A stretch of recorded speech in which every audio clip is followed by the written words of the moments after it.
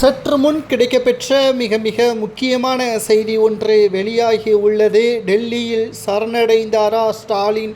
கடந்த 3 ஆண்டுகளாக டெல்லி பயணம் மேற்கொள்ளாமல் இருந்த ஸ்டாலின் அவர்கள் மத்திய அரசு நடத்திய நிதி ஆயோக் நிகழ்ச்சியில் கலந்து கொண்டு பிரதமர் மோடி அவர்களிடம் 45 நிமிடங்கள் தனியாக பேசியுள்ளார். அதற்கான ரிசல்ட் இன்று வெளியாகியுள்ளது. பல்வேறு ஒப்பந்தங்கள் நடைபெற்றுள்ளதா என்ற தகவலும் தற்பொழுது சமூக வலைதளங்களில் வைரலாக பரவி வருகிறது. அதாவது தமிழக தலைமை டாஸ்மாக் முறைகேடு விசாரணையை நடத்தி வந்த அமலாக்கத்துறை அதிகாரிகள் சில நபர்கள் இடமாற்றம் செய்யப்பட்டிருக்கிறார்கள். இது திமுகவிற்கு தற்பொழுது சந்தோஷத்தை ஏற்படுத்தியுள்ளது.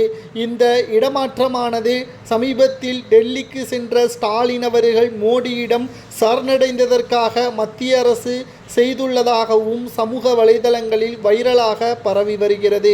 தமிழ்நாடு அரசில் புயலை கிளப்பியதுதான் தமிழக தலைமை டாஸ்மாக் வழக்கு. இந்த வழக்கை விசாரணை செய்து வந்த அமலாக்கத்துறை அதிகாரிகள் சிலர் பணியிட மாற்றம் செய்யப்பட்டிருப்பது தற்பொழுது வெளியாகியுள்ளது.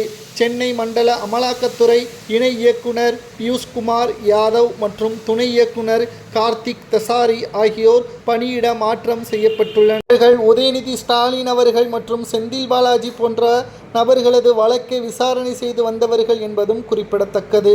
திடீரென்று இவர்களது பணி மாற்றம் செய்யப்பட்டதற்கு காரணம் என்ன என்று நாம் கேட்டறிந்த பொழுது, முதல்வர் ஸ்டாலின் அவர்கள் டெல்லி பயணம் மேற்கொண்டார் அல்லவா, 1000 கோடி வரை முறைகேடு நடந்ததாக டாஸ்மாக் ஊழல் பற்றி நாம் பேசியிருந்தோம். இந்த டெல்லி பயணம் என்பது ஸ்டாலின் அவர்கள் கோபாலபுரத்தை காப்பாற்றுவதற்காகத்தான் என்பதையும் நாம் ஏற்கனவே பார்த்திருந்தோம். சொன்னபடியே தற்பொழுது டாஸ்மாக் முறைகேடு வழக்கில் சம்பந்தப்பட்ட அதிகாரிகள் இடமாற்றம் செய்யப்பட்டிருப்பது தற்காலிகமாக ஸ்டாலினுக்கு சந்தோஷத்தை ஏற்படுத்தியிருக்கலாம். பாஜகவுடன் ரகசியமாக சில ஒப்பந்தங்கள் திமுக போட்டியிருக்கலாம் என்ற தகவல் தற்பொழுது சமூக வலைதளங்களில் வைரலாக பரவி வருகிறது. இது நிரந்தரமான சந்தோஷமா என்று கேட்டால் நிச்சயமாக கிடையாது. செந்தில் பாலாஜி, உதயநிதி ஸ்டாலின் போன்றவர்கள் வழக்கை நிச்சயமாக மீண்டும் வரக்கூடிய அரசு அதிகாரிகள் விசாரணையை நடத்துவார்கள். இதன் மூலம் உதயநிதி ஸ்டாலின் அவர்களுக்கு சிக்கல் ஏற்படும். ஆனால் தற்பொழுது 9 மாதங்கள் இடைவெளி இருப்பதால் தேர்தல் பணிகளை திமுகவினர்கள் சற்று சந்தோஷமாக பார்ப்பதற்கு பாஜக வழிவகுத்துவிட்டது என்று பலரும் கூறி வருகிறார்கள்.